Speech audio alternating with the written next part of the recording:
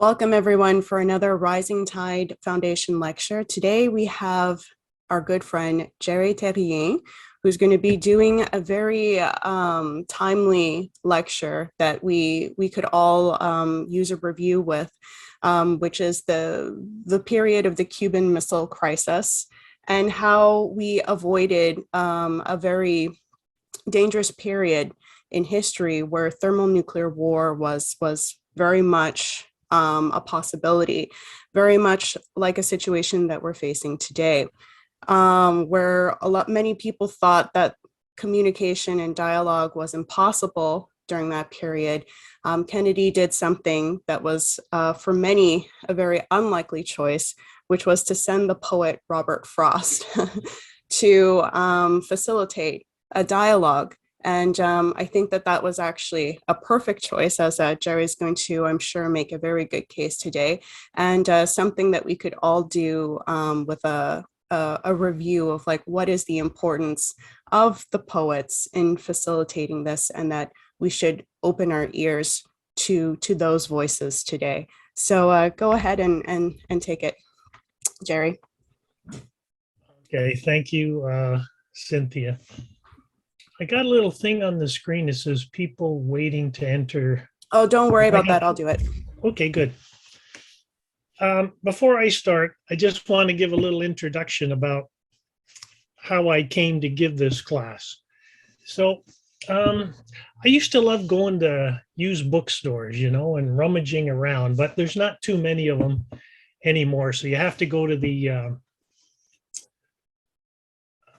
the thrift stores, secondhand stores. So I'm in there and going through all these shelves and everything, trying to find one book that I find interesting.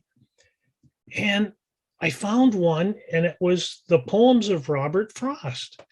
And I'd read some of his poems a long time ago, but I thought this is a great book to get. So I bought it. It was only $2. And that's with my senior discount too, by the way. So I was reading some of these poems, and some of them really, are so good. They get you so excited. So I said, I got to do some more research on this guy. So I was digging into his life, and I found this reference to him going to Moscow, being sent by Kennedy, at the time of the Cuban Missile Crisis. And I thought, this is amazing. So I told Matt and Cynthia about it, and Cynthia says, oh, you have to do a presentation on it. You have to do one. So it took me a while, but I finally did it. So here we are today, and I'm going to do it. So I got some slides I'm going to show. So let me go to, right there. Okay. Can everybody see that?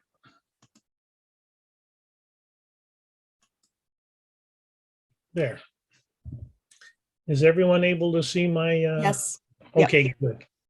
Okay, so I want to talk about Robert Frost, not about his poetry, but instead about his politics, and about the year 1962, the year of the Cuban Missile Crisis. And that was 60 years ago. And I guess some of us were alive back then. So some weren't, but some of us were. And just like in 1962, today, we also live in very dangerous times. Because what started as a civil war in eastern Ukraine is now a military confrontation between Russia and NATO that threatens us with the danger of nuclear war, which is a war that most of us won't survive, and those that do survive will wish they hadn't. We have these Western leaders, or manager, as Quan calls them, these Western managers who talk about the limited use of nuclear weapons. And these same managers, they're opposed to having peaceful nuclear power plants in their country, but they're in favor of having nuclear weapons in their country. Now, when I was growing up, I was taught the exact opposite, that we could have the peaceful use of atomic power, like Eisenhower's Atoms for Peace program, that he actually started it the year that I was born, the year me and my brother, President Xi Jinping, was born. And it called for developing peaceful use of nuclear energy, while we also tried to stop the madness of a nuclear war. And you got to wonder, where have all these peace lovers gone? You don't see too many of them anymore.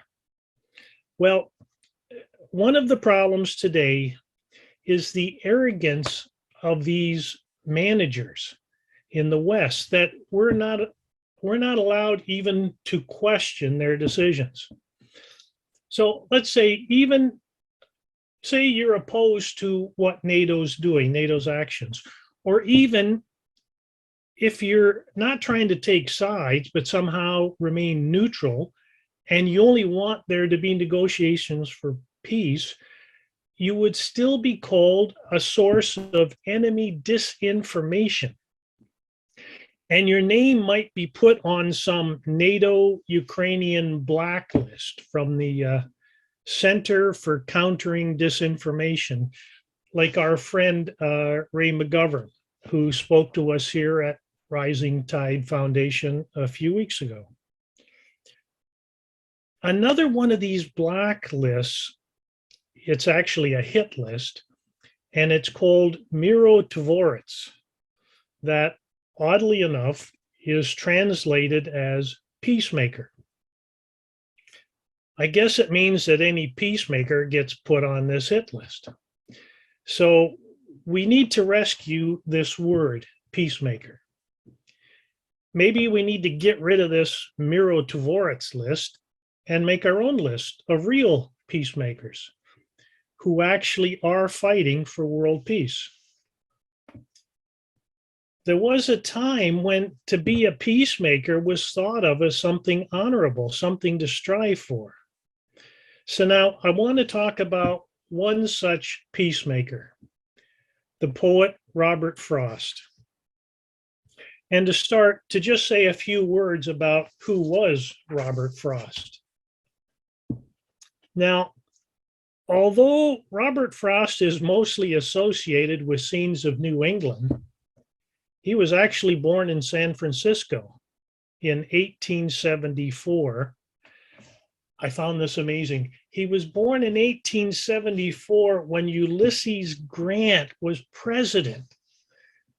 So Frost grew up during Reconstruction, which is a nicer period in American history. So that he grew up before, McKinley was assassinated, and before this fraud and lunatic Teddy Roosevelt became president. So I found that fascinating. He was actually born when Grant was president. Now, his father, William Frost Jr., that's a picture of him there, he was a teacher who later became the editor of a 4-page newspaper called the San Francisco Evening Bulletin. And there's just an example of one of them to give you an idea. Unfortunately, his father died from tuberculosis when Robert was 11 in 1885. And so Robert and his family moved back east under the care of his grandfather, William Frost Sr., who ran a mill in Lawrence, Massachusetts. Now, Robert graduated from Lawrence High School in 1892, and that's where his first published poem was, in the high school magazine. After high school, he worked at various jobs, but none of which he really liked, because he felt that poetry was his real calling. He sold his first poem in 1894, it was called My Butterfly, to the New York Independent magazine for $15.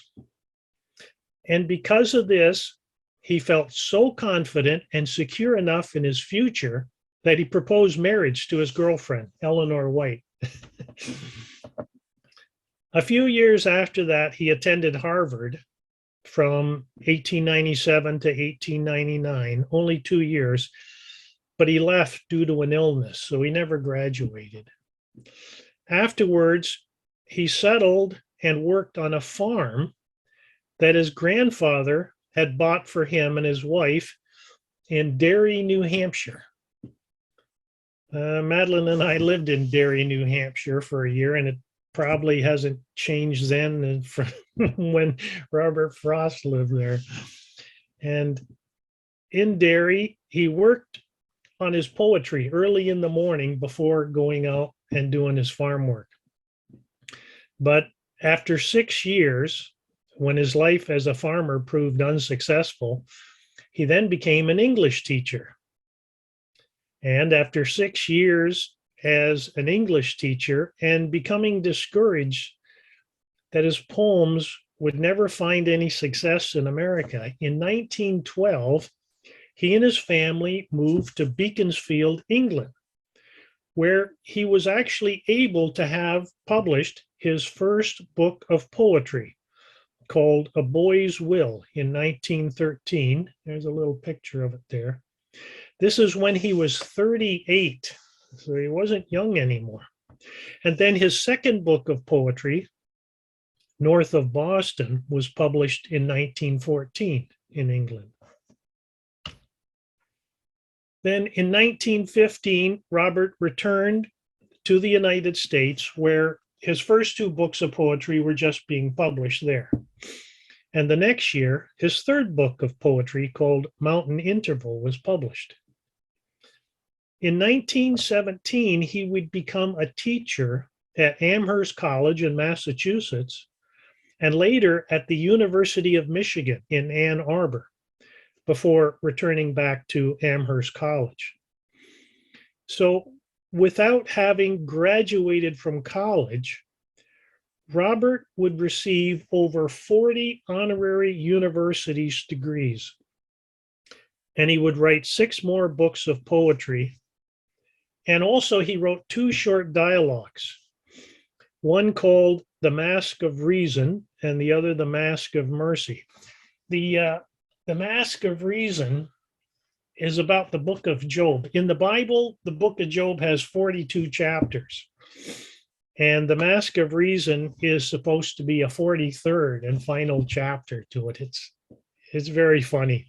It's a dialogue between Job and his wife and God, and even Satan makes a little guest appearance into it. You can read that. The other one, The Mask of Mercy, is about Jonah. You know, Jonah and the whale. And God wanted him to go to New York City and warn them about their evil ways, and he was afraid to do it, you know, like in the book of Jonas. So he's hiding out in this bookstore with the bookstore owner and his wife, and Paul is in there too. So they're both very, very funny, but it gives you a sense of his philosophy, his thinking. Now, every summer, starting in 1921 and for the next 40 years, Robert taught at the Bread Loaf School of English of Middlebury College in Vermont. And in 1974, a wonderful book came out called Robert Frost, A Living Voice by Reginald Cook. There's a picture of the cover of the book there. And part 2 of this book are actual transcriptions of some of the classes that Robert gave at Middlebury College. They're great to read. Okay, now, on January 20th, 1961, Robert was asked to speak at the inauguration ceremony for President John F. Kennedy. In fact, he was the first poet to speak at an inauguration of a president. He had planned to read a poem that he had written just for this occasion, but he said he couldn't read his notes because of the wind and the sun's glare. There's a picture there with Vice President Lyndon Johnson trying to help him out there, and everyone's kind of laughing. But he didn't. So instead, he recited from memory his poem, The Gift, outright. So I want to ask Magdalena if you would read that poem for us. Okay. The Gift outright by Robert Frost. The land was ours before we were the land's. She was our land more than 100 years before we were her people. She was ours in Massachusetts, in Virginia, but we were England's, still colonials, possessing what we still were unpossessed by, possessed by what we now no more possessed. Something we were withholding made us weak until we found out that it was ourselves. We were withholding from our land of living, and forthwith found salvation in surrender. Such as we were, we gave ourselves outright. The deed of gift was many deeds of war. To land vaguely realizing westward, but still unstoried, artless, unenhanced, such as she was, such as she would become. Oh, thanks. Now, I just wanted to repeat a few lines, a few thoughts from that poem. Such as we were, we gave ourselves outright to that land of living. Such as she was, such as she would become.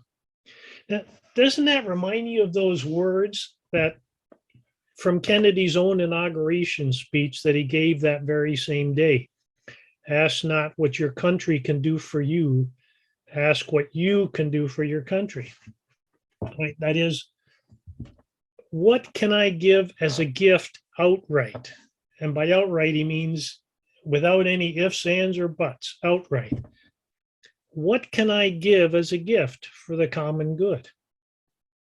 So when you read Kennedy's inauguration speech, read Frost's inauguration poem too, and it's good to see this connection.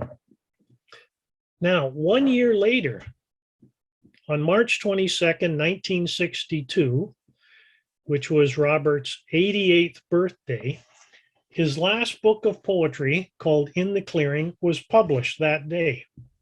And it contained, for John F. Kennedy, his inauguration that he had wanted to recite at the inauguration. And that very same day, President John Kennedy bestowed upon Robert Frost the Congressional Gold Medal, quote, in recognition of his poetry, which has enriched the culture of the United States and the philosophy of the world, unquote. So maybe by learning more about Robert Frost, we can learn more about the culture of the United States, the real soul of the United States, the good and the bad, such as she was, such as she would become. Right? What makes America, America? The America in the gift outright of a manifest destiny of giving and not of taking. Now, I just want to mention, to learn more about this idea of manifest destiny and the correct meaning of manifest destiny, you have to read Matt's book, The Clash of the Two Americas, and especially volume 3, called The Birth of a Eurasian Manifest Destiny. I just wanted to add that. So far, all this sounds like a wonderful life with a happy ending. But wait, this is right where our story starts. As Frost would say, the part where the adventure begins. So, the summer of 1962,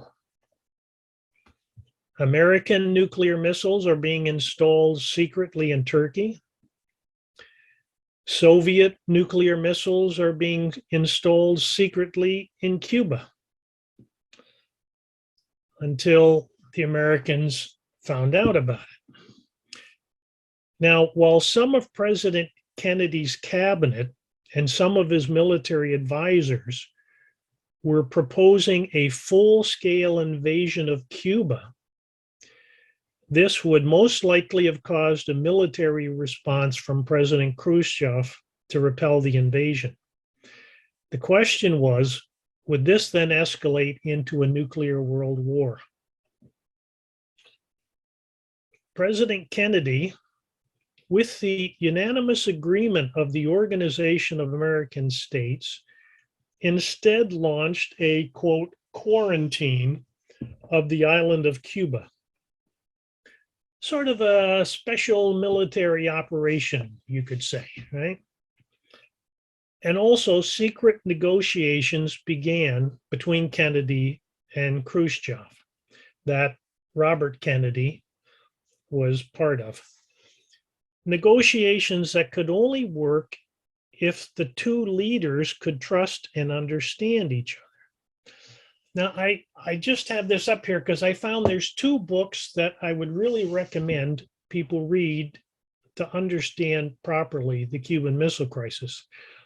One book is told from the American side by Robert Kennedy, President Kennedy's brother, who was involved in the back channel negotiations with the Soviet ambassador, and it's called 13 Days.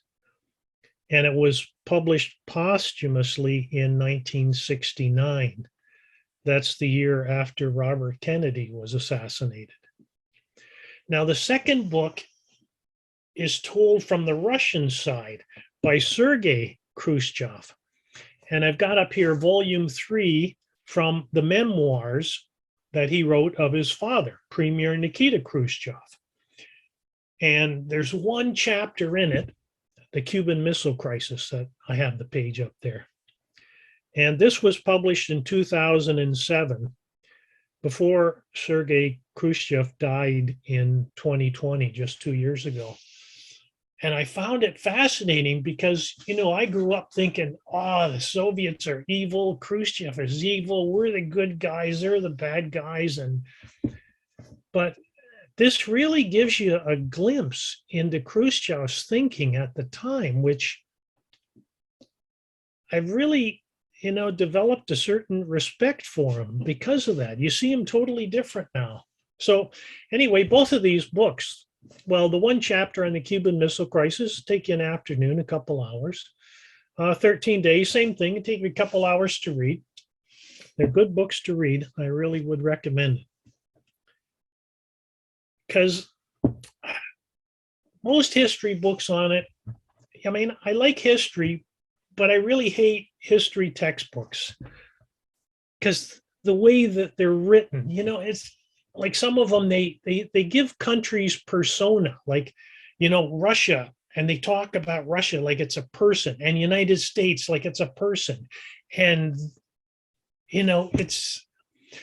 it reminds me of, you ever see these nature shows where they have the mountain goats and they have these big, huge horns on their head?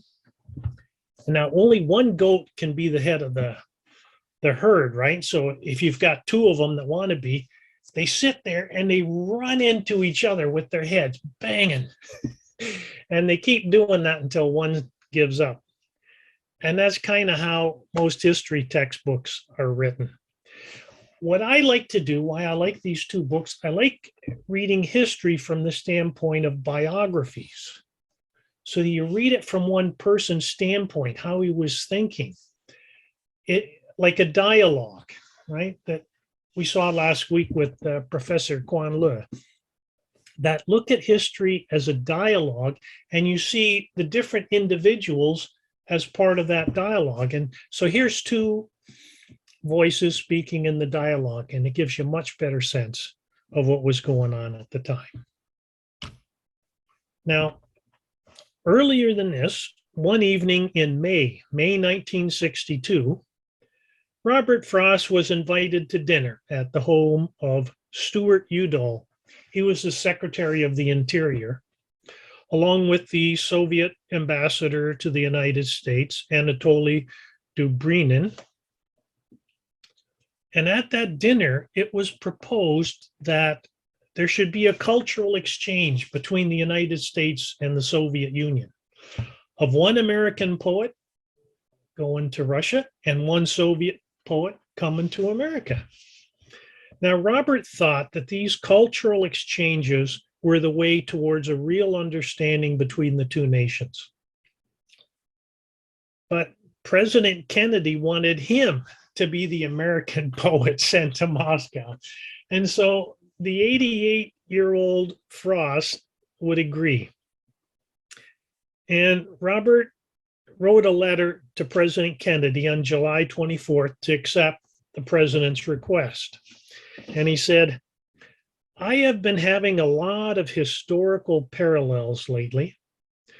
A big one between Caesar's imperial democracy that made so many millions equal under arbitrary power and the Russian democracy. Ours is more senatorial democracy like the Republic of Rome. I have thought I saw the Russian and American democracies drawn together. Theirs easing down from a kind of abstract severity to taking less and less care of the masses. Ours creeping up to take more and more care of the masses as they grew innumerable. And I put this part up there. I see us becoming the two great powers of the modern world in noble rivalry. This is the way we are one world, as you put it, of independent nations interdependent. The separateness of the parts as important as the connection of the parts. Now, Robert never used the word coexistence. He liked using this word rivalry, of a noble rivalry between Russia and the United States. He said, our countries are rivals in magnanimity, that is, in noble spirit. And I thought, what a brilliant conception. It's so missing in Western leaders today. Rivals in noble spirit, rivals in the common aims of mankind. And this concept of a different kind of nobility is not based on bloodlines, but is a nobility based on being noble, noble in spirit, being magnanimous, a concept that's against the blood and soil dogma of this clash of cultures, the clash of civilizations. It's the opposite of that. And again, if you want a good description of this, read Matt's book, The Clash of Two Americas. And also, for a good description of Russia's noble spirit, you can read Cynthia's article she did on Pushkin, the Russian poet of freedom, which really gives you a good sense of that, the proper way we should look at Russia. Now, Stuart Udall would tell Robert how important it could be in helping to shape a fresh, peaceful attitude between the Russians and ourselves. Now, the Soviets would agree that while he was in Russia, Robert could talk openly and candidly about anything that he chose to. Robert, however, was very hopeful that he would be able to talk with Premier Khrushchev. How? I don't know, and he wouldn't let on what he wished to say to him, except maybe to President Kennedy. Robert thought the exchange of poets between countries was more useful than the conversation of diplomats, because it brings kindred spirits together.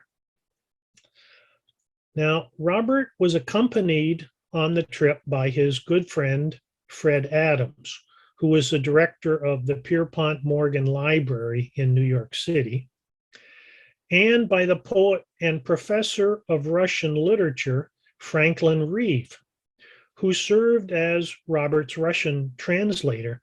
And thank goodness, he also wrote a wonderful book about this whole trip. It's called Robert Frost in Russia. It was written in 1963. There's the cover of it there. And in the picture, the person on the far right is Franklin Reeve, the one with the hat on.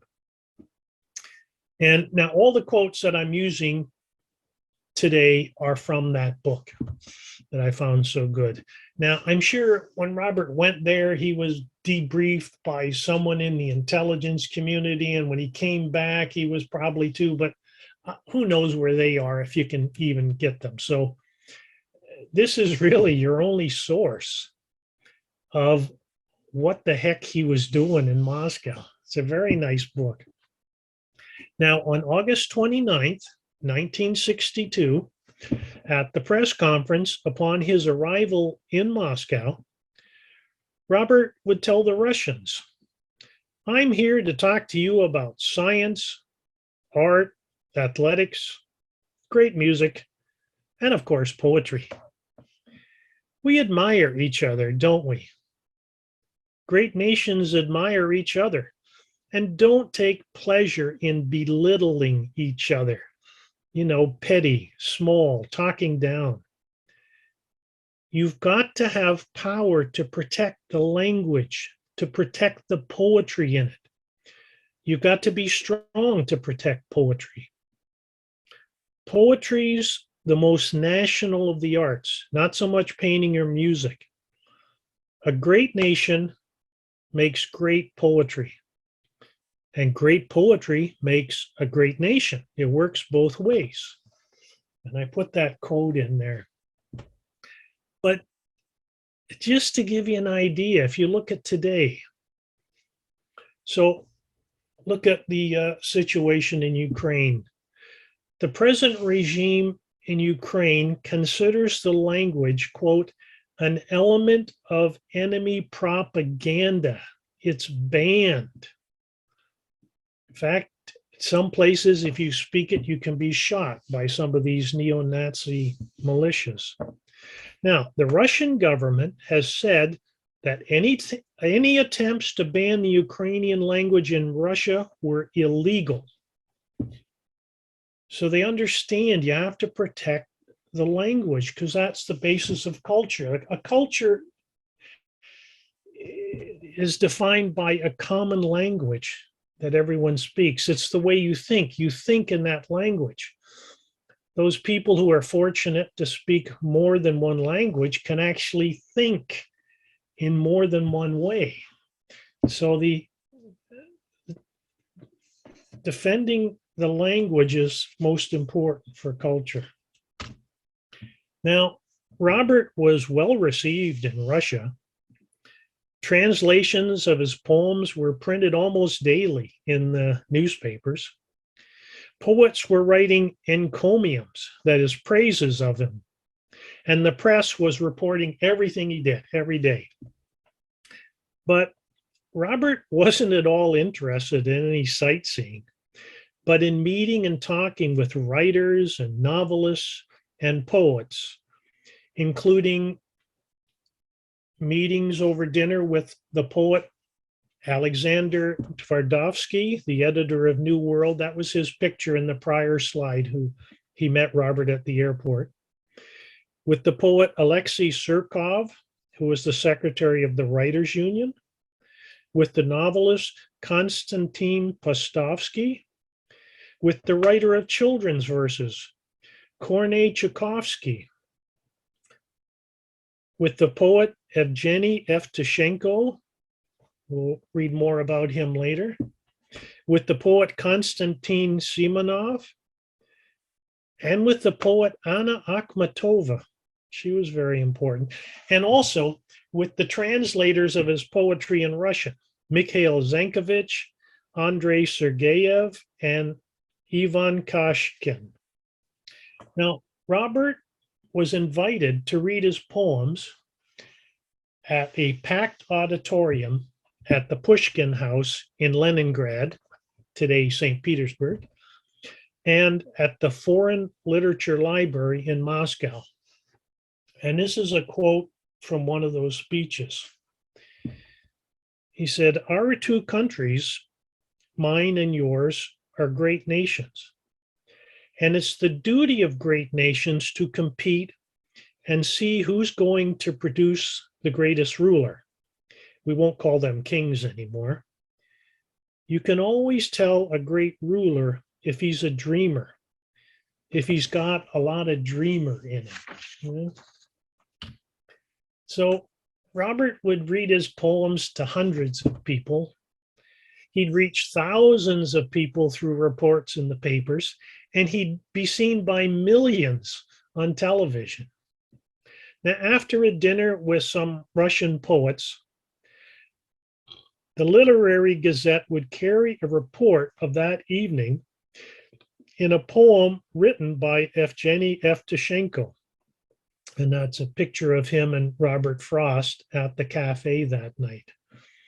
And the poem is called Robert Frost in the Cafe Aelita. And Magdalena, could you read this poem for us? Thank you. Yes, okay. There's America, the Pentagon. There's America, the raftsman. There's America, the show-off, like a second-rate farce. There's the America of Frost, and that's not hot air. There he is, aren't I right? With farmerish cunning, Robert Frost is the president of the real America. And I know that by right, for his being so natural, all the grasses selected him as the candidate. These elections weren't like the others at all. He was picked by the florets and the dew-covered glades. The wheat was a voter, and so were the woods. And he got all the ballots of the songs of the birds. Like the essence of truth, he was born from the earth.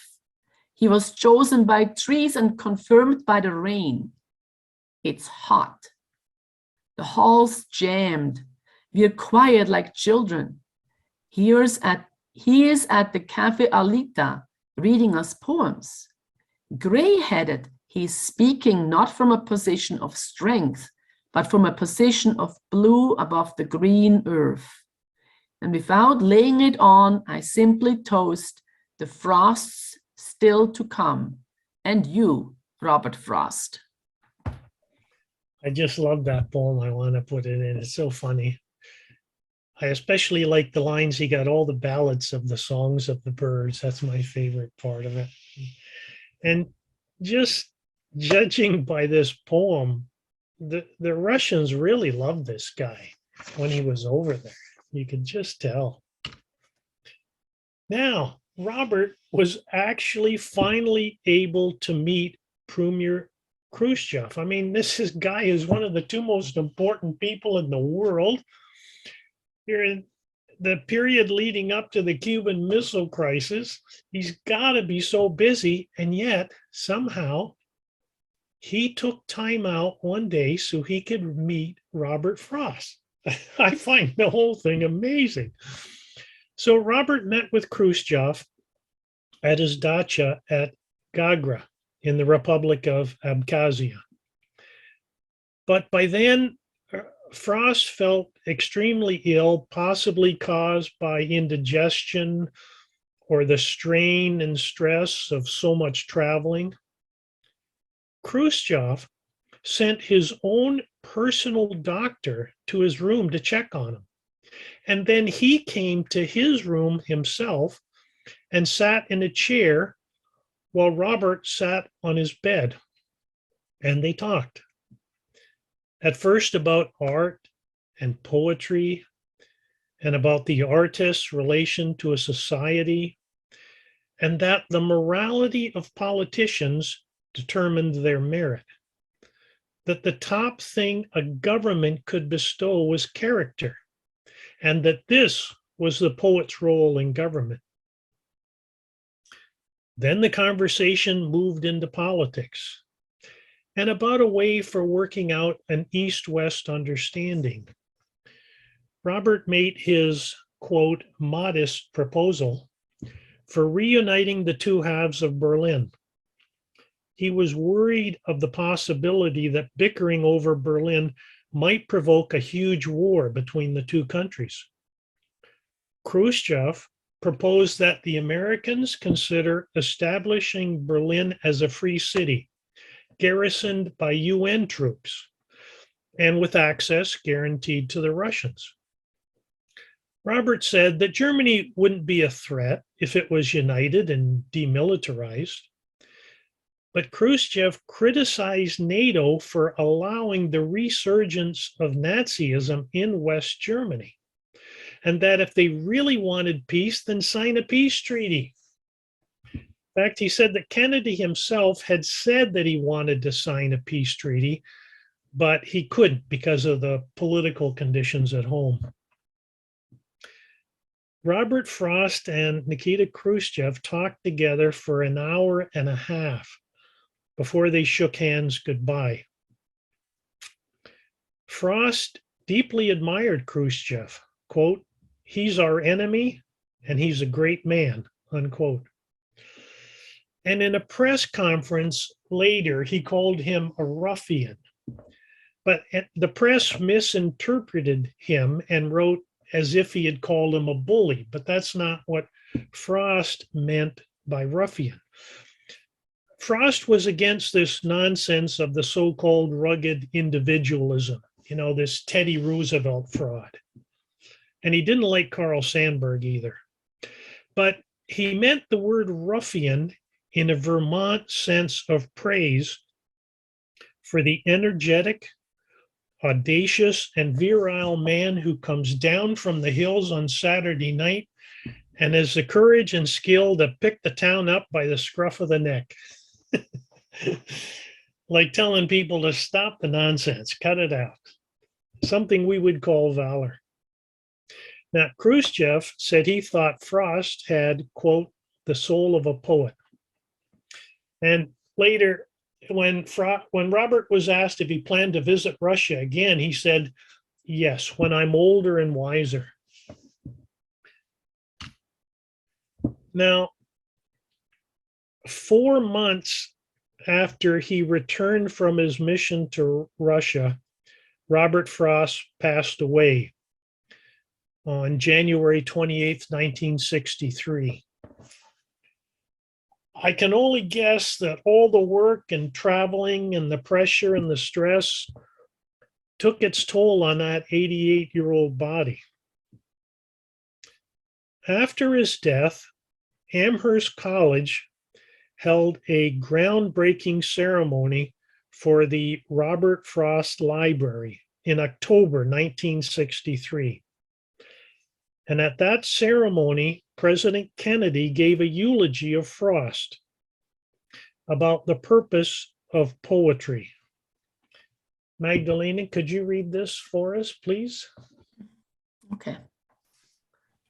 When power leads man toward arrogance, poetry reminds him of his limitations.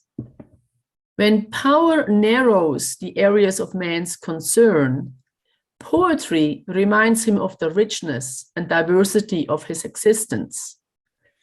When power corrupts, poetry cleanses, for art establishes the basic human truths, which must serve as the touchstone of our judgment. The artist, however faithful to his personal vision of reality, becomes the last champion of the individual mind and sensibility against an intrusive society and an officious state. Thanks. I love that last line. The artist, right, the poet, is the last champion of the individual against an intrusive society, an officious state, which a lot of people see happening today, Now, 1 month after he gave that eulogy, President Kennedy would be assassinated. And the America under Kennedy that Khrushchev had found a common understanding with was gone. And the crazies around the Dulles brothers regained control. A year later, Premier Khrushchev would be ousted, and a split would be engineered between Soviet Russia and Mao's China. So the great game was back on, this great game. Perhaps this is what today's Ukrainian missile crisis is really all about. That's what I like to call today, the Ukrainian missile crisis. But somehow, at that critical moment in the course of human events, these men were able to steer the world in the right direction, away from war and towards peace. And they did it with an unwritten agreement of trust. And Robert Frost played an important role in doing just that. Now, here's a quote from an article, How My Father and President Kennedy Saved the World by Sergei Khrushchev. However detailed the information the White House got from its intelligence sources and diplomats, the president based his final decision on his idea of conduct in the Kremlin. That is the crux of the matter. People invariably think in terms of their own traditions, their own culture, which may have nothing in common with the other party's way of thinking. Furthermore, a leader will trust his own intuition more than all the intelligence agencies in the world. Otherwise, he would not be a leader. So Sergei Khrushchev really understood the idea of leader, both his father and also Kennedy. Now, here's another quote that I liked from the book 13 Days, written by Robert Kennedy. The final lesson of the Cuban Missile Crisis is the importance of placing ourselves in the other country's shoes. It just reminds me of the line from Robert Frost, right? Something about to see ourselves as others see us. Oh, would the power, the gift he gives, to see ourselves as others see us. Right? Placing ourselves in the other country's shoes. During the crisis, President Kennedy spent more time trying to determine the effect of a particular course of action on Khrushchev or the Russians than on any other phase of what he was doing. What guided all his deliberations was an effort not to disgrace Khrushchev, not to humiliate the Soviet Union, not to have them feel they would have to escalate the response because their national security or national interests so committed them. As Robert said later, you never put your enemy in a position where they either are subject to humiliation or they have to launch nuclear war. And unfortunately, if you look at the people in the West, they don't understand that at all. Everything is provocation, thinking you're going to force the other side to back down and you'll win that way. But there's no actual conception made of what they think. They don't try to put themselves in the other person's shoes. Now, I'm going to end with this last slide because I really like this picture. I mean, with Frost and Kennedy talking, standing there under a portrait of John Quincy Adams. It's like a great painting. And because it picks a defining moment in their lives, that on the one hand, with John Quincy Adams there, you're looking back on the good from the past, but you're also looking forward towards what could be the good in the future. And this is what we call poetry in politics. The question, what happens if you put poetry into politics? And, a painting says 1,000 words, and there's a whole story right there in that one picture. Maybe by Frost showing Khrushchev that the real America was not the crazies around the Dulles brothers. Maybe by Frost showing Kennedy how the Russians really thought and what the Russian character was made of. Because to be a peacemaker, to understand the true character of your rival, you have to try and see what's noble in them that you're trying to make peace with. And I think that is why poets like Robert Frost should be the unacknowledged peacemakers of the world. And someday I hope we all can make it onto that list of peacemakers, the real peacemakers, the true peacemakers like Robert Frost, and the frost still to come. So thanks very much. I'm going to end it right there. Wow, Jerry, that was a really beautiful class. Oh, thank you. Thank you. And if anyone has any questions or comments or criticisms, go for it. The only thing is there's no refund. Sorry, no refund. I know that Dasha, she wrote, "Damn, this is so cool." So that was Oh, thank you. That was a nice comment. Yeah, I think the points you're making are so, we're living in a very scary time right now where there's so much hatred going on, and there's such a lack of even interest to really understand or seek any kind of humanity in the other side.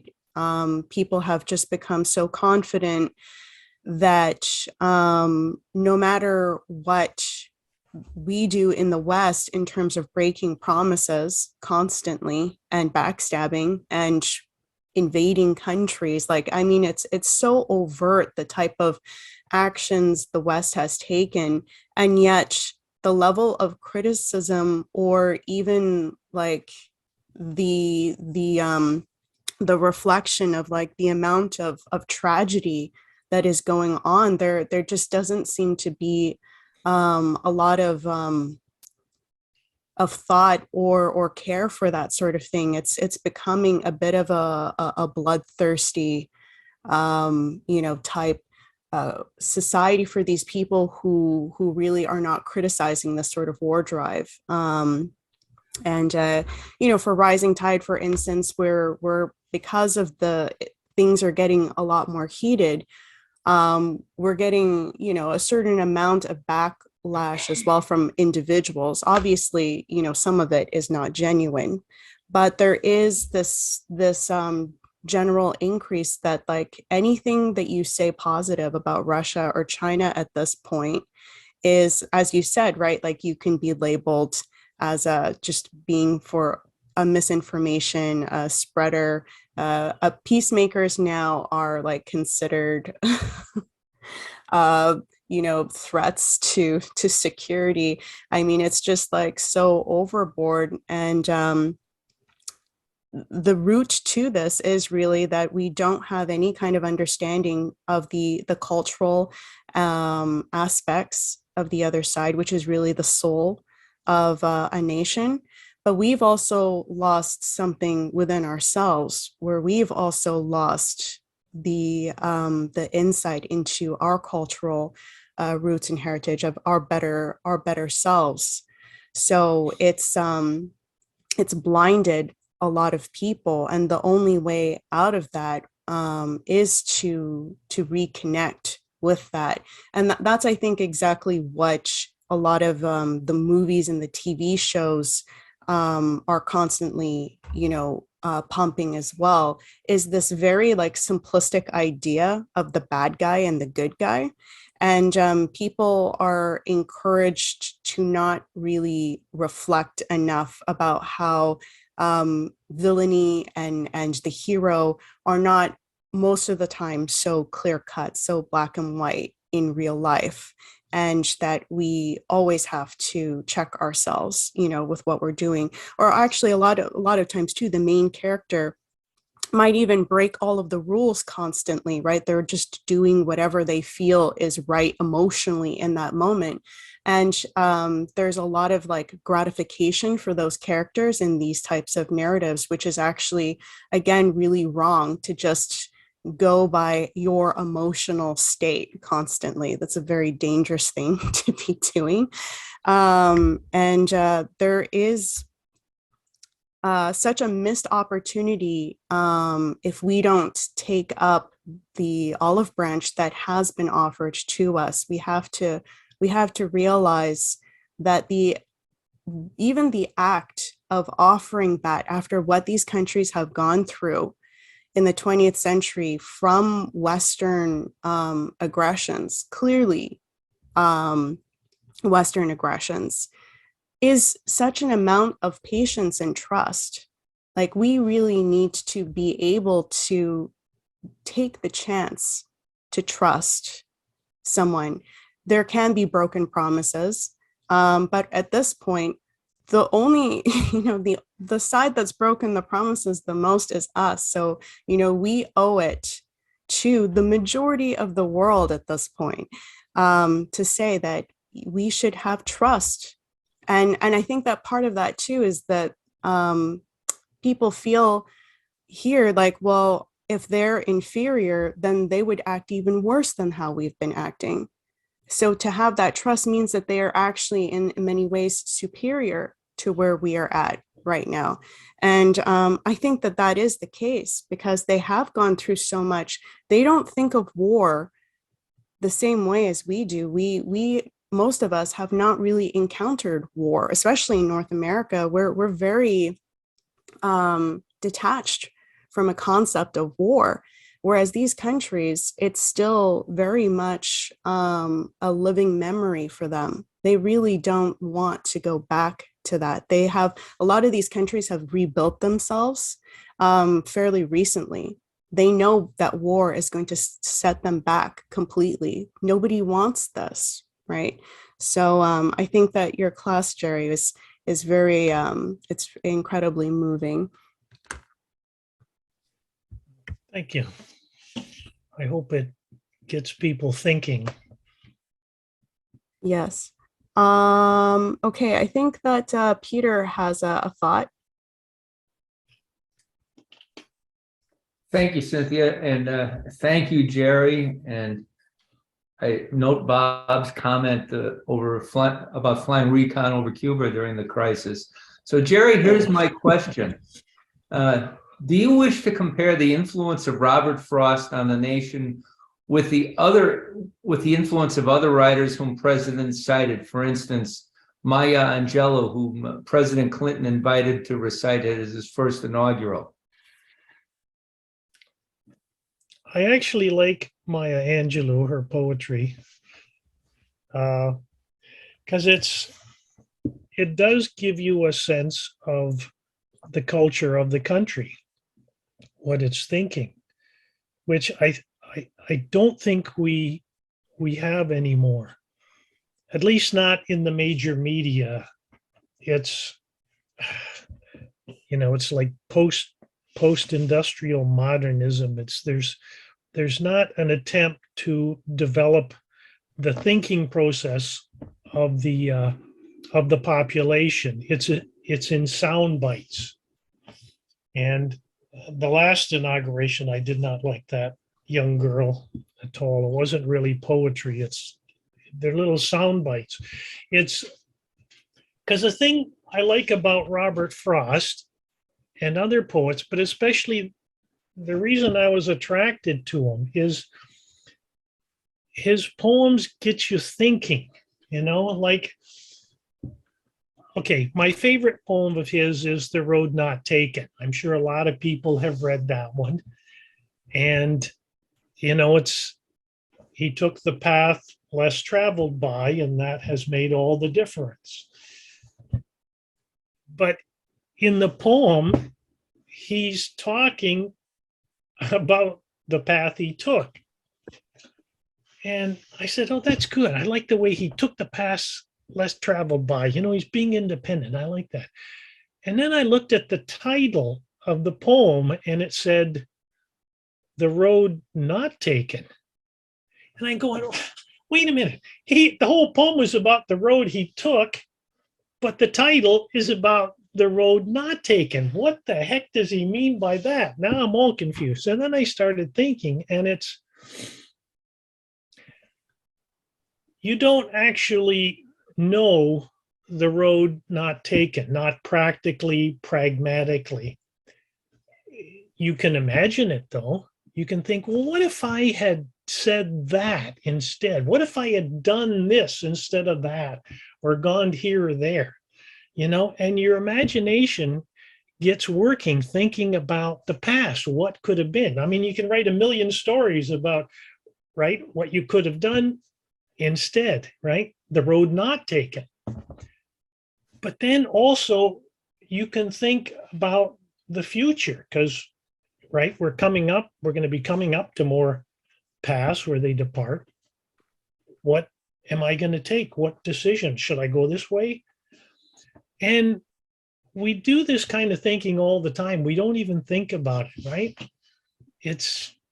We make these decisions. I'm going to go this way instead of that. But we don't actually think of what's going on in our head because we just do it subconsciously. So Frost, he's hinting at that, this idea of imagination, which is so important. You know, to imagine the road not taken or imagine the road that you're not going to take, you know, and he gets you thinking. It's not a little soundbite. He doesn't give you an answer.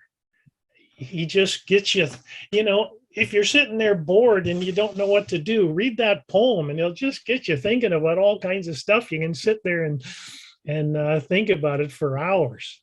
And that's what I really like about him and other poets who can do that, just to talk to you about your imagination, you know, it is what poetry really is about. It's not, you know, preaching, you know, like fire and brimstone at us. No one likes that, but just to get you thinking, oh, maybe not.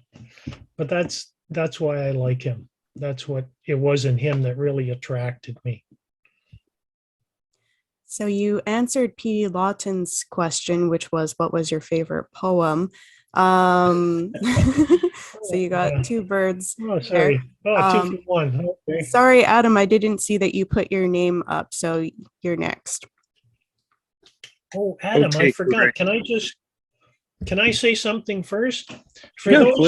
It's your presentation. Okay. For those who really want to know more about, I talked about Frost politics, but if you really want to know more about his poetry, if you go to thechainedmuse.com, Adam has written a wonderful article. What was it, on Robert Frost? Was it Profiles on Robert Frost? Yes, Profiles of Poetry. Yeah. And Dave Gosselin also wrote a couple, Beyond the Lines. I think, Adam, you had one too on Beyond the Lines. Yes, on Fire and Ice, which is my favorite poem of his. Oh, good. So you know more about his poetry than me, so maybe. Well, I don't know. Yeah. Yes. Well, you actually preempted the first part. I was going to put a shameless plug for my essay. So thank you for that. No problem. But No problem. I'm really intrigued by Frost's visit. I didn't find a whole lot online about it, and you filled in a lot of the gaps that I had wondering about it. I know the Khrushchev years were they're commonly called the thaw in the Soviet Union, where there was greater freedom of expression allowed. And I know Yevtushenko in particular was allowed to write poetry critical of the regime somewhat. And Shostakovich actually set a few of them to his 13th symphony. You know, I was wondering if you know the coup against Khrushchev and the subsequent tightening up on dissent and expression by the Soviet government had anything to do in response to this, number one. And I guess my second question would be, are you aware if any composers or musicians were part of this cultural exchange that happened with Kennedy and Khrushchev as well? Well, to answer the second part first, after Frost went there, there was no more cultural exchanges. I think Evstachenko was supposed to come to America, and he never did because of the repercussions of the Cuban Missile Crisis. But I really like Sergei Khrushchev's book because, in terms of Khrushchev being sacked, the whole Cuban Missile Crisis, from Khrushchev's standpoint, was, well, go back to what Cynthia wrote earlier about Miami becoming the center of international fascism, and Cuba was just a disgusting, place, organized crime, and Batista and them got kicked out. But it was the Bay of Pigs invasion that was unsuccessful. And the thought in Cuba and in Russia was, well, that was just the first one. There is another one coming. And this is what had Castro going crazy. He knew a second one was coming, and what did he do? And before that, he never really said he was a socialist or communist, but after the Bay of Pigs invasion, then he suddenly became a socialist and communist, basically because he wanted the Soviet Union to be his big brother and defend him. So he was the one jumping up and down, wanting to get the Soviet nuclear missiles into Cuba. And Khrushchev agreed to do it from the standpoint that this would stop a further invasion of Cuba. That was his sole reason for doing it. It wasn't offensive. He wasn't trying to start a war against the United States. He saw these as defensive weapons. And when Kennedy understood this, the proposal was that, okay, if you pull your missiles out of Cuba, we promise we won't invade Cuba again. And Khrushchev said, yeah, okay, perfect. That's what I wanted in the first place. We put the missiles there to stop you from a second invasion. If you're giving me your word that you won't, and he figured, okay, Kennedy's got another couple of years. The guy's certainly going to get reelected. So that gives us another 6 years of peace. Okay, we'll take it. So that was his objective. And this was a verbal agreement between Bobby Kennedy and the Soviet ambassador. Nothing was written down, but there was a sense of trust because they understood that. And I think there were people in Russia who did not agree with that. They wanted war with the West. They wanted war with the United States. And they were totally against removing the missiles. And I think that had a large part in why he was removed. And he doesn't really talk about it, but it's kind of hinted at. And because after he was removed and he had nothing to do, he would go on long walks with his son and they would sit around and talk. And Sergei would make recordings of these conversations. And it was these tapes, like in the 1990s, Sergei moved to the United States. He got a job as a professor at one of the universities, and he was able to bring all these tapes over. And that's where he got to work on writing the memoirs of his father, which, thank God he did that, because the other so-called memoirs of Khrushchev were written by Strobe Talbot. And Matt has written a lot about him and the Rhodes Scholar takeover of the United States government. In fact, just as an aside, when Strobe Talbot was a Rhodes Scholar over in London, and he was given this assignment they claimed they were snuck out of Russia and who knows what these things were he used. In London, he was living in a house with another Rhodes Scholar by the name of William Clinton. And there's all kinds of stories about this stuff. I won't go into it. But anyway, the book Strobe Talbot wrote, so-called Khrushchev's memoirs, I really disliked because he didn't understand how Khrushchev thought, where Sergei understood his way of thinking. And it was Kennedy's ability to understand that and Khrushchev's ability to understand how Kennedy thought, which is what actually stopped us from having a nuclear war then. It would have been very easily miscalculated. Mhm. And there was a lot of people in the United States who wanted it and a lot of people in Russia who wanted it. Mhm. So I hope that's about what I know on that, Adam. I hope. Well, no, they're very good. Thank you. And just as a building off of what you said, there was a book, I forget, it's been years since I've read it, but essentially it said that in the United States, the building of fallout shelters was not so much to safeguard against fallout from nuclear weapons that were aimed here, but the plan was to annihilate Russia or the Soviet Union. And the fallout shelters were designed to protect us from fallout coming from across the Pacific. Just an interesting of what the general's take on that was. Yes, well, at the time, the United States had far more nuclear weapon capability than the Soviet Union, which is why certain people thought they could win a nuclear war.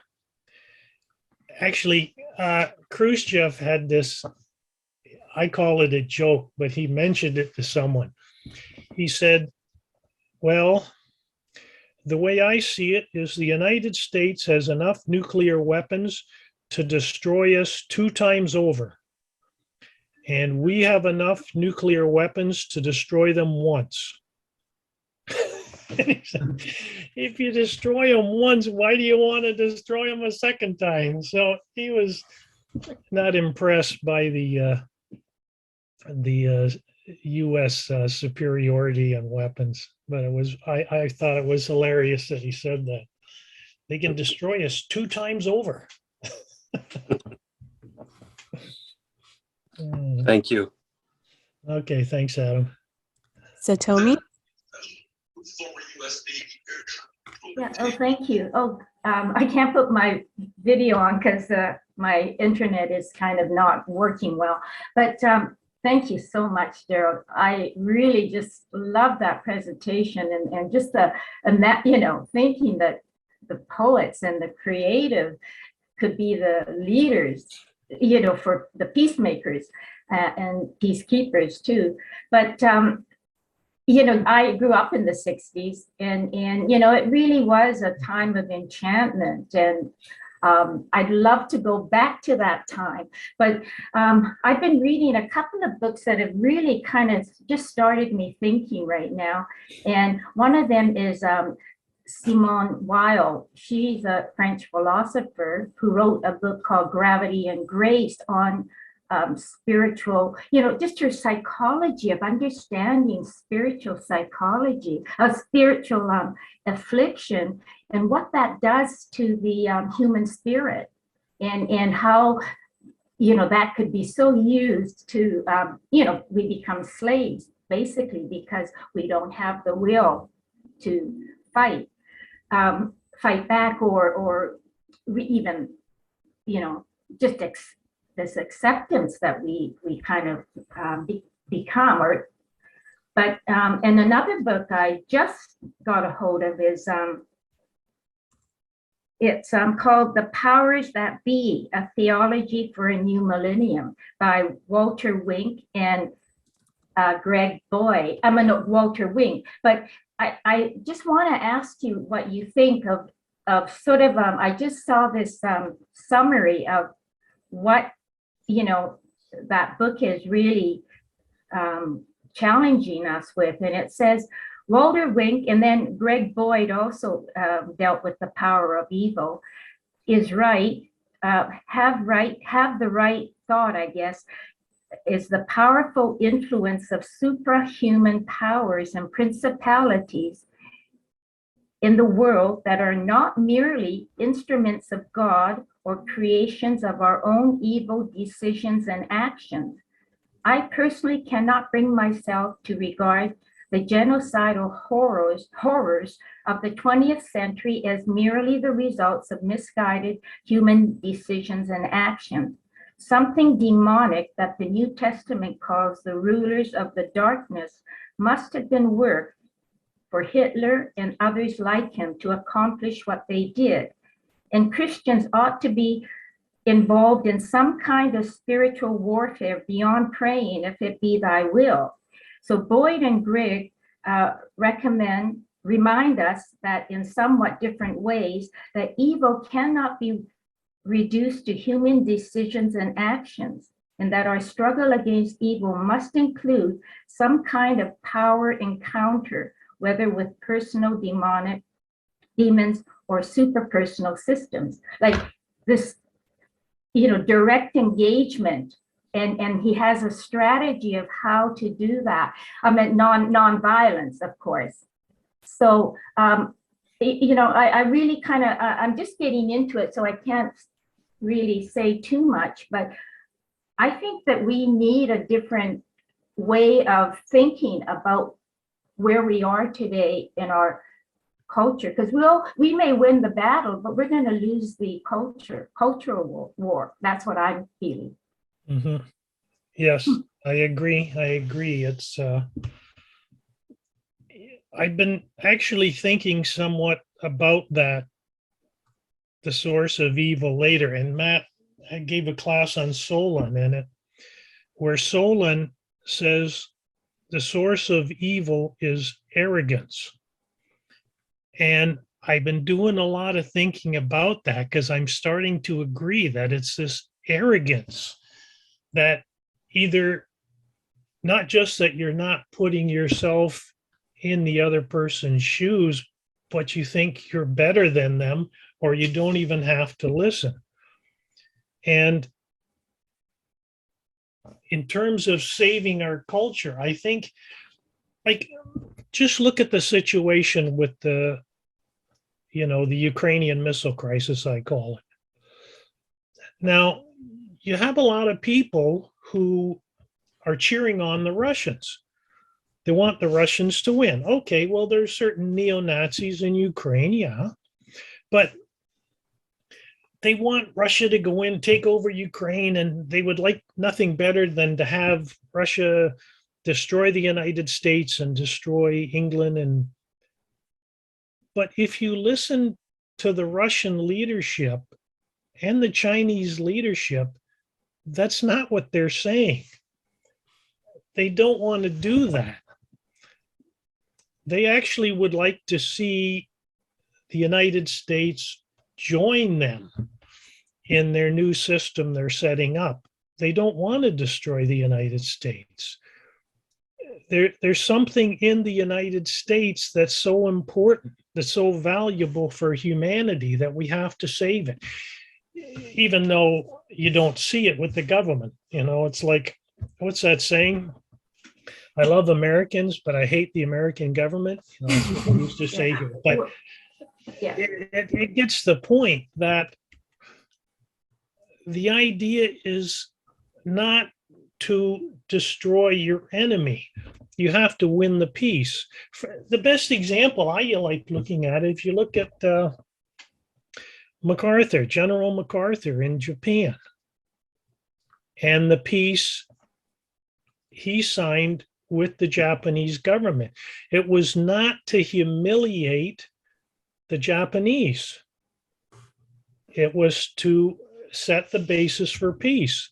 And that's what no one is actually talking about. And that's why Robert Frost is so important. It's how are you going to have the basis for peace now? Well, all the Russians were asking was that, NATO should stop trying to destroy us. That's all. We don't want to conquer all of Ukraine. I mean, even if you think of it, NATO wants to put nuclear weapons in Ukraine. Why? They're totally useless. You don't need them. The United States has these nuclear submarines, right? Submarine launched nuclear missiles. Who knows where they are? They're under the sea. They're everywhere. You don't know where they are. You don't. If you were engaged in a nuclear war, you have your submarines. You don't need them in Ukraine. You don't need them in Poland. You don't need them in Romania. I mean, now they have them in, where are they? They have them in Turkey. They have them in Germany. Think of it. Germany's shutting down their nuclear power plants, but they want to have nuclear weapons in Germany. Are these people nuts? You have them in, they have them in Holland, Belgium. So strategically, they serve no purpose except to piss off the Russians. You're provoking them. You're constantly provoking them. So the mindset that's in NATO today, it doesn't have a conception of peace. They're not trying to win the peace, right? You don't win the war, you win the peace. And I think that's what you're saying, is that we're lacking in our culture, is that that respect for other human beings, you know, for other cultures. I just hope we can. Yeah. Yes. Well, yeah, more than that, of course, that's true. But I think that we have to, we can't use the strategies and way of thinking of the past. We have to find a new, you know, Walter Wink calls it a third way of, I don't totally agree with everything he says, but, you know, because we're dealing with a different mindset of people. I don't think we've ever knew what it was like to know someone that does not give a damn about peace, people, or whatever. They have an agenda, and it's demonic and supra high, you know, they've got it's something that we cannot have imagined in the past growing up. I would say, Satomi, it's actually very old, what we're experiencing today. And if you look actually at the people that Socrates and Plato were battling in ancient Greece, it's the very same problem of the will to power, for instance, which is at the core of the fascist ideology. That goes as far back as ancient Greece, and definitely, you know, even further back than ancient Greece, with this idea that there is no truth. There is, if there is a God, that God is not, you know, has no presence on earth, and that the only truth is, how do you will yourself to power? And so, you know, for instance, in the dialogue with Gorgias, this viewpoint, which was becoming dominant in Greece, and is basically what caused Greece's downfall from the Peloponnesian Wars and so forth, which is a very a good lesson for Americans to also look at, because it's actually quite similar of a situation where they were destroyed from within culturally, is this idea that goodness and badness is relative to the amount of power you have. So if you're powerful, this is, you know, something good, and to not have power is something you could almost say is sinful, and like you deserve what's coming to you. And that is very much at the core of what is shaping this ideology of people behind what is clearly a fascist totalitarianism in the West, which they constantly blame is coming from Russia and China, which in fact is not the case. And you can trace it back to, I mean, further back than the Roman Empire, but, you know, it's something that has continued on from the Roman Empire to the Venetian Empire, and has been incorporated within the British Empire.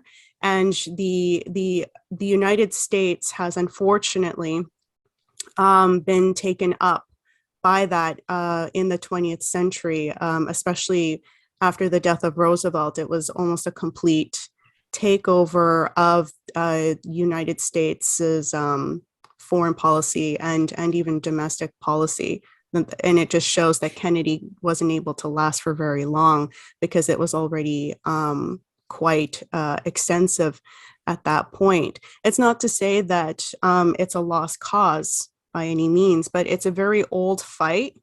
It's nothing new. And in that way, I think people might be reassured because it isn't something supernatural.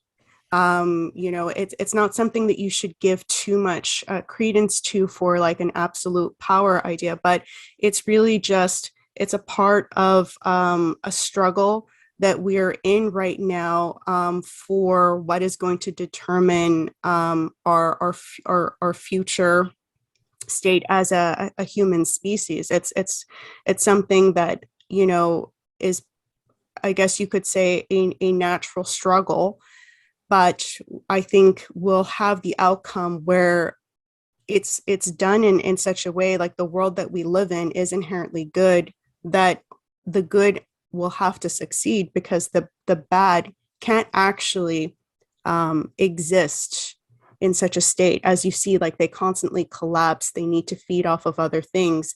And I think that what is qualitatively different in what we are situated in today compared to anything that has happened in history before is that we actually do have a very strong alliance, a very conscious alliance that is aware of this, and that is, I think, very competently battling it on several fronts, including economically, which to me is one of the more important elements of this is the economic fight, which will have the tools to also allow people to prosper.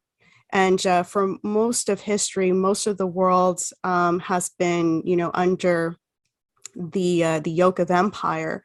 And for the first time, I think, ever, we have like an opportunity where we can really get rid of fascism, this concept of empire, this will to power concept that of their idea of what defines humanity, which is not how we're defined, that some are meant to serve and some are meant to rule, but rather that every person is born with something sacred within them, and that we all have access to that within ourselves.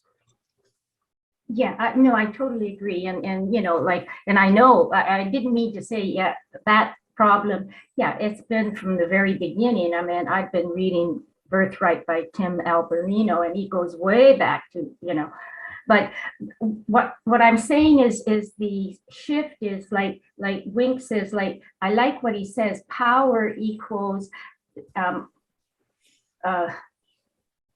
and O or something, it's the outward and the invisible. But he's saying that, yeah, these demonic systems or these dominant systems are being played out. We see it quite in our world today. But what we need to maybe see how powerful that invisible realm is, the spirit, that spiritual realm. And that's really where the battle will help shift the whole, he feels and I Okay. agree Well, in that way. Satomi, just that because we're running out of time, so maybe just wrap up your thought, and then we'll go on to the next. Well, that's all.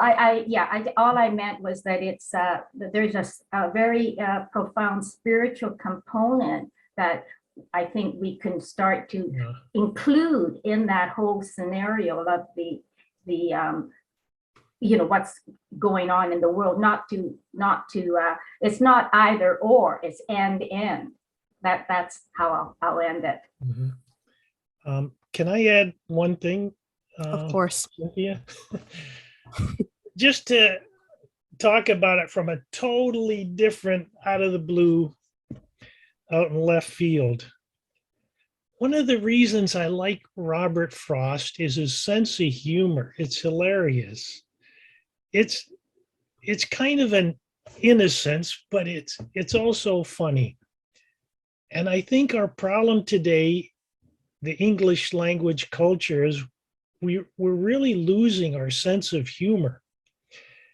And, most of it's slapstick, or you get these guys who go up there and swear and people laugh. And the more you swear, the more they laugh. I mean, I don't find it funny at all. I don't see the sense of humor. And the thing I'm getting to is a conversation I had with a friend of mine the other day. And we were talking about sense of humors, because I have a weird sense of humor, some of you may know. And he brought up an observation. He says, remember when we were kids? Yeah. And the comedians that were on TV? Yeah.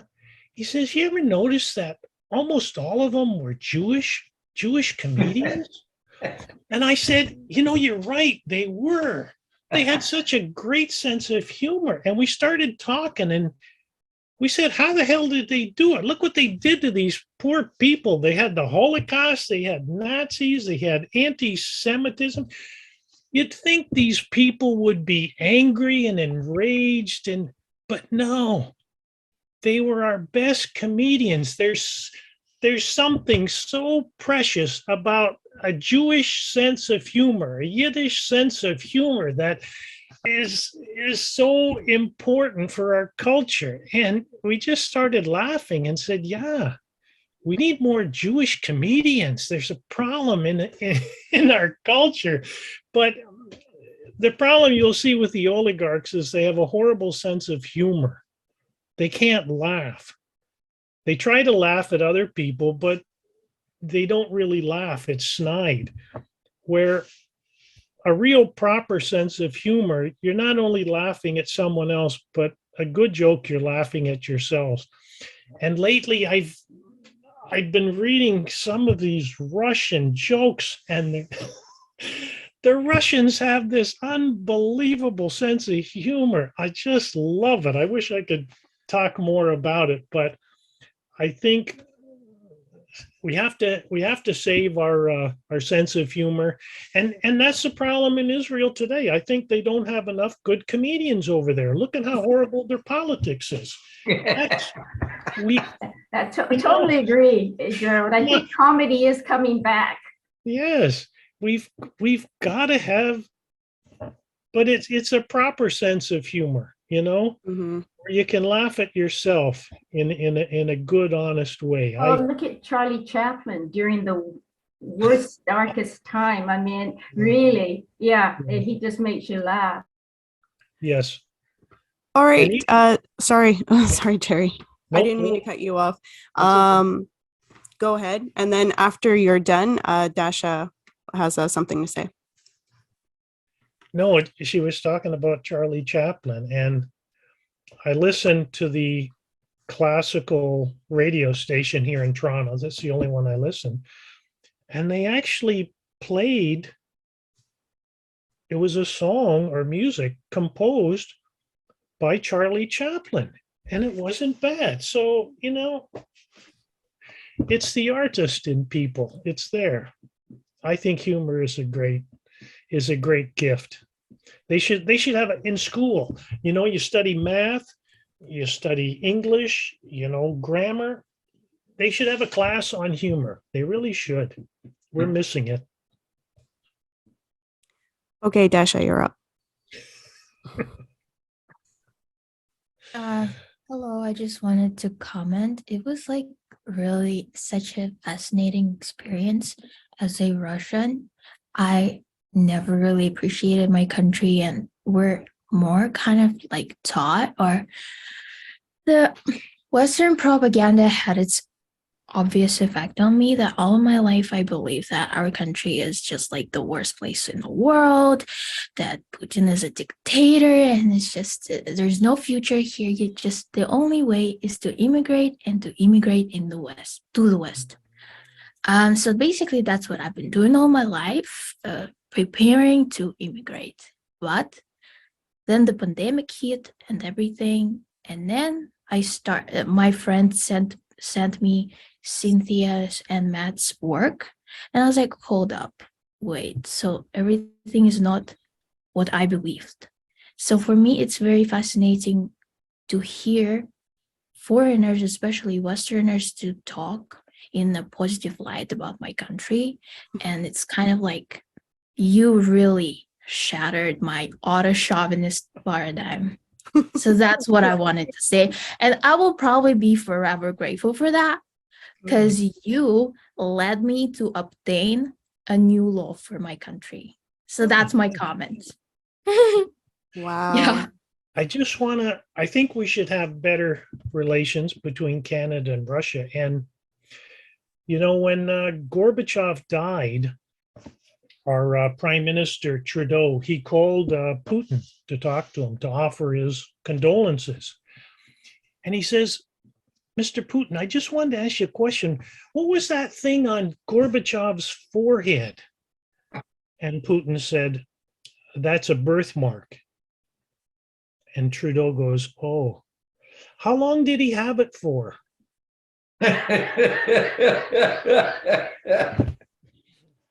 Now, that's Russian humor. Okay. I love it. Kelly, you're next. Okay. Thanks, Jerry, for your presentation. Okay. I'm not much of a poet myself. Like I've been to a few seminars here. I'm learning about it. I kind of consider myself like a rustic kind of person, and some of the poetry, it's you really got to pay attention to understand it. Anyways, what I got out of this was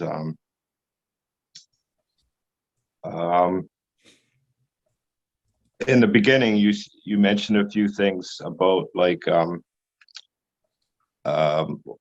things like what can I give to the world? Like what can I give back to my world? And also learning to admire my adversaries, the people in my life that you know, that maybe kind of rub me the wrong way. And instead of like being angry, I'm thinking like using not necessarily poetry, but just reflecting on how I can respond to the people and yeah, and in my own kind of personal poetic way, like you say, humor or what have you. And yeah, that's kind of what I got out of this. And yeah, I was also surprised that Kennedy sent a poet to Khrushchev back in the 60s. I never knew that. That's just one bit of information, and I thought it was pretty amazing. Thanks. Yeah, until this year, I never knew that either. I stumbled upon it because I found that book of Robert Frost at the thrift store and bought it and wanted to know more. I found that and I thought it was an absolutely amazing story. It really is. But in terms of poetry, we all are poets. Some of us just don't know it yet. Yeah, a poet, we don't know it. Yeah.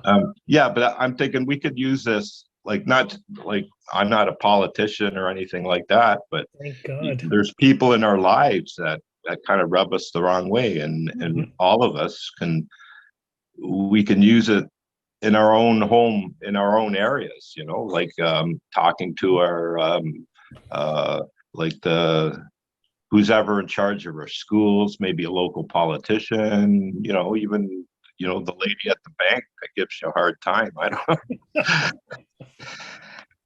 Yeah.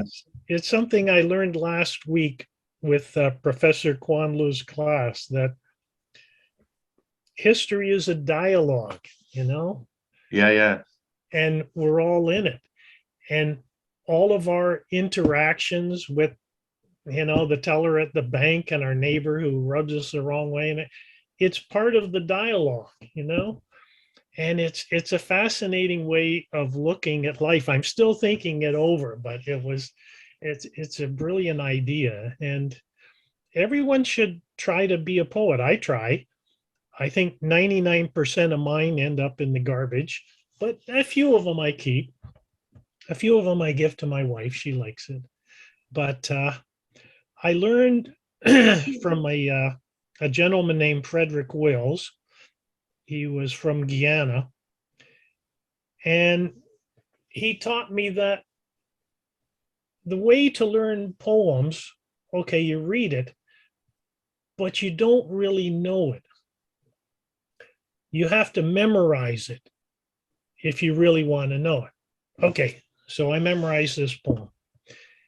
And he says, but you don't really know it just memorizing it. You have to recite it to learn the music of it. So when you memorize a poem, you have to memorize it out loud so that you learn how to talk, how to put the music in it, how you have to put the phrasing on the word. Like, just take a sentence, put the phrase on the word.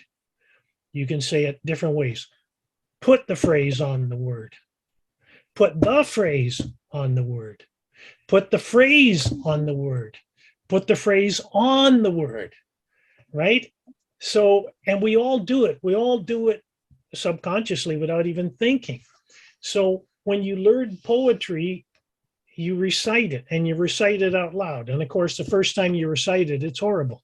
So you got to keep practicing, and you got to practice out loud. And people think you're crazy. You're in your room saying poetry out loud and they're going, who the hell are you talking to? Are you nuts?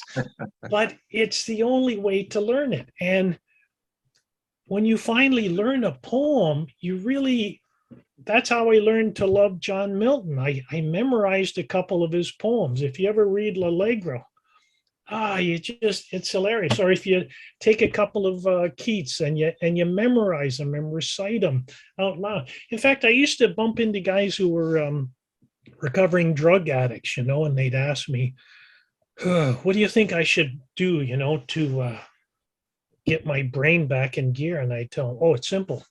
You should memorize poetry and recite it to people.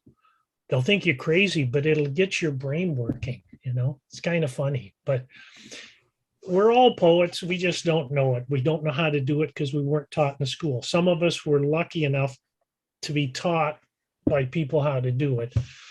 Adam can teach us, Dave Gosselin can teach us. I told Dave he's doing a Herculean job trying to revive poetry.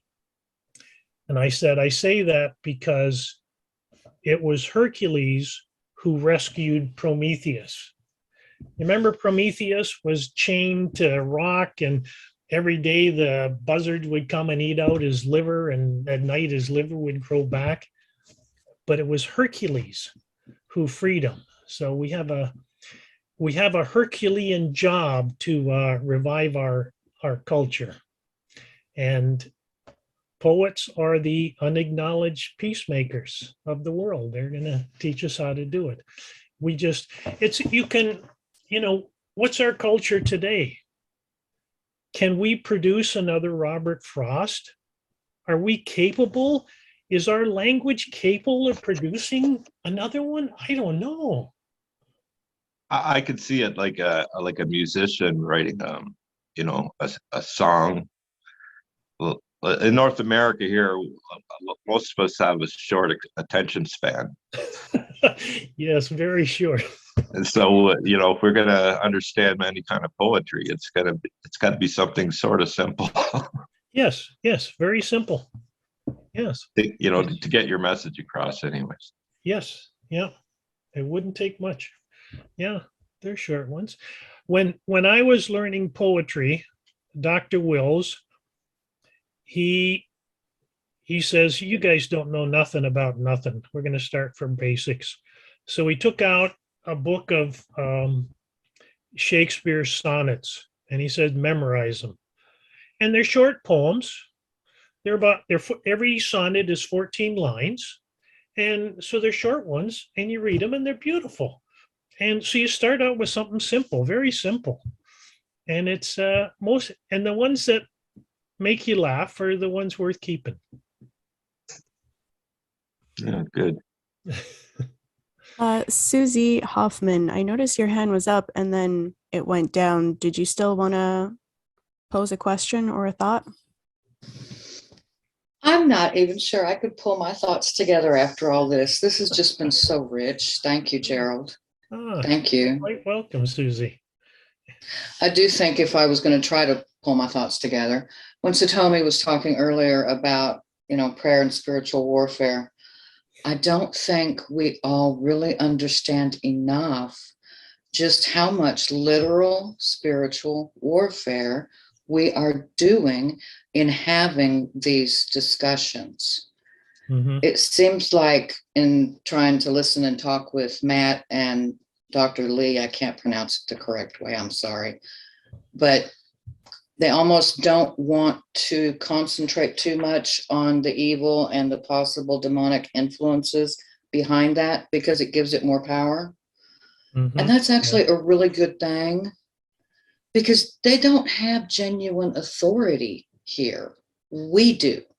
Yes, exactly. And we just need to wake up more and understand that more and stand in the power of who we are created to be.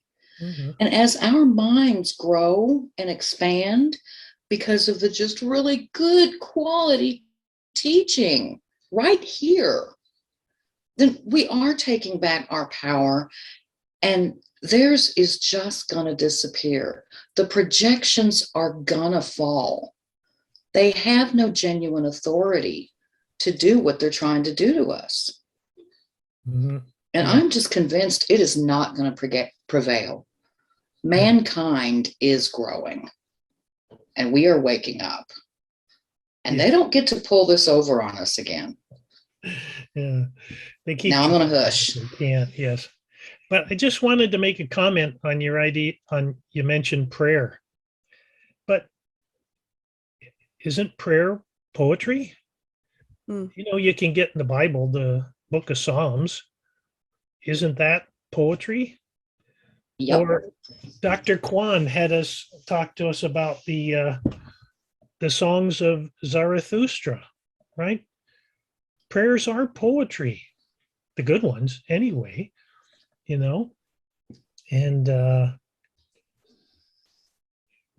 we should look at it that way.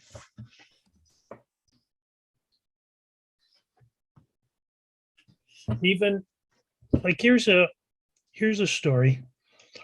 A good friend of mine was a Muslim, and he invited me to go to the mosque with him. I'd never been to a mosque. Sure, I go. So I went a couple times. It was interesting, and I thought I want to know more about this religion. And so I says, I'm going to go get a Quran and read it. Okay. So I went and got a copy of the Quran, and I was reading it, and I went, oh my God, this is so dry. And I told him that, and he said, let me see that. And he says, oh, this is the one that's translated by the Saudi Arabian embassy. Don't read that. And he gave me this other one. It was the Quran, which was translated into English by a Pakistani poet. His name was Yusuf Ali. And I read this and I went, oh my goodness, this is poetry. It was beautiful to read. So prayers are poetry, they are songs. We should think of them that way. Well said. Yeah. Hassan? Sure. Thanks, Cynthia. And thanks, Jerry. That was it was a wonderful talk. Mending Walls was one of my favorites of Frost, and what you were going through made me think back to that and see it in some new light. The only thing I want to share with everyone is a Russian joke. I had the fortune a couple decades back or so of going all through Russia, from east to the Urals, all the way to St. Petersburg and everything in between. And I was told a lot of jokes, but there was one in particular that related to the Khrushchev and Kennedy era. So I thought I'd share it. It's a short one. Khrushchev invites Kennedy to Russia for peace talks, and they decide to hold the peace talks in a train car doing the Trans-Siberian route. And the whole thing starts off really well, but then the train breaks down. So Kennedy immediately leaps up and offers to bring in the best of American engineering and know-how to put the train back together and get it going again. And Khrushchev listens and nods, and he just smiles. And he stands up and goes to the sides of the train, and he pulls down the blinds to the train car window so you can't see outside. And he smiles at Kennedy and he says, "You see, the train has been fixed. We are now moving." Yes, it's all perception. Yeah. Yes. Yes, they have a great sense of humor in Russia. They should publish joke books and send it over to Biden. Maybe that'll smarten them up. Great. So last call for any more questions or thoughts for Jerry. Otherwise, we'll close off a very beautiful session for today. Can I just share one Russian joke? We're on the topic. If you go to Wikipedia, there's actually a whole page of Russian political jokes that go from the Tsarist to the Soviet era to the present era, and so they're hilarious. But one of my favorite ones is from the Soviet era. There's 3 prisoners in the Gulag, and they're asking what each other are in for. And the first one says, "I showed up to work 5 minutes early and got charged with sabotage or espionage." And the second one says, "I showed up to work 5 minutes late and got charged with sabotage." And the third one says, "I showed up to work on time and got charged with buying a watch in a Western country."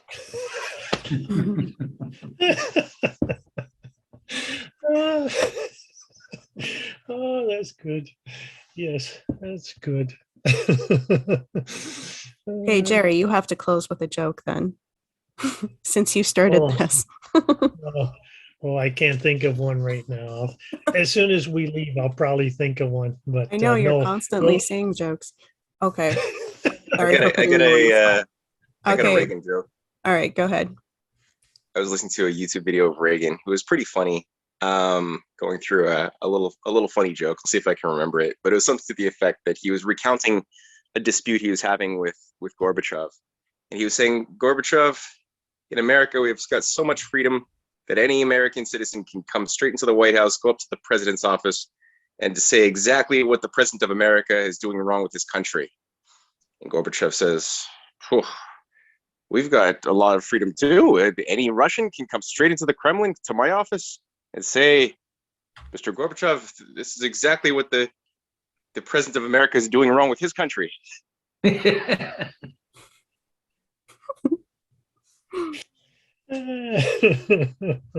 Thank you, Jerry. It was a great class. Oh, good. I'm glad people enjoyed it. Yes. Great. So for next week, we have Alex Craner, who will be doing a presentation on the importance of the multipolar order and how, as Jerry made the very good point, we're all invited to take this journey together.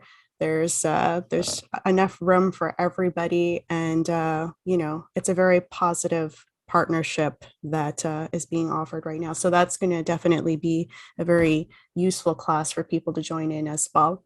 All right. Thanks again, Jerry, for an incredibly beautiful class. Oh, We're gonna share this to as many people as we can. So much. good. Thank you much. very It was much. great. Yes. Goodbye. Thank you, Jerry. Okay, thanks. Good, Jerry. Okay. Thank you. Thank you, Jerry.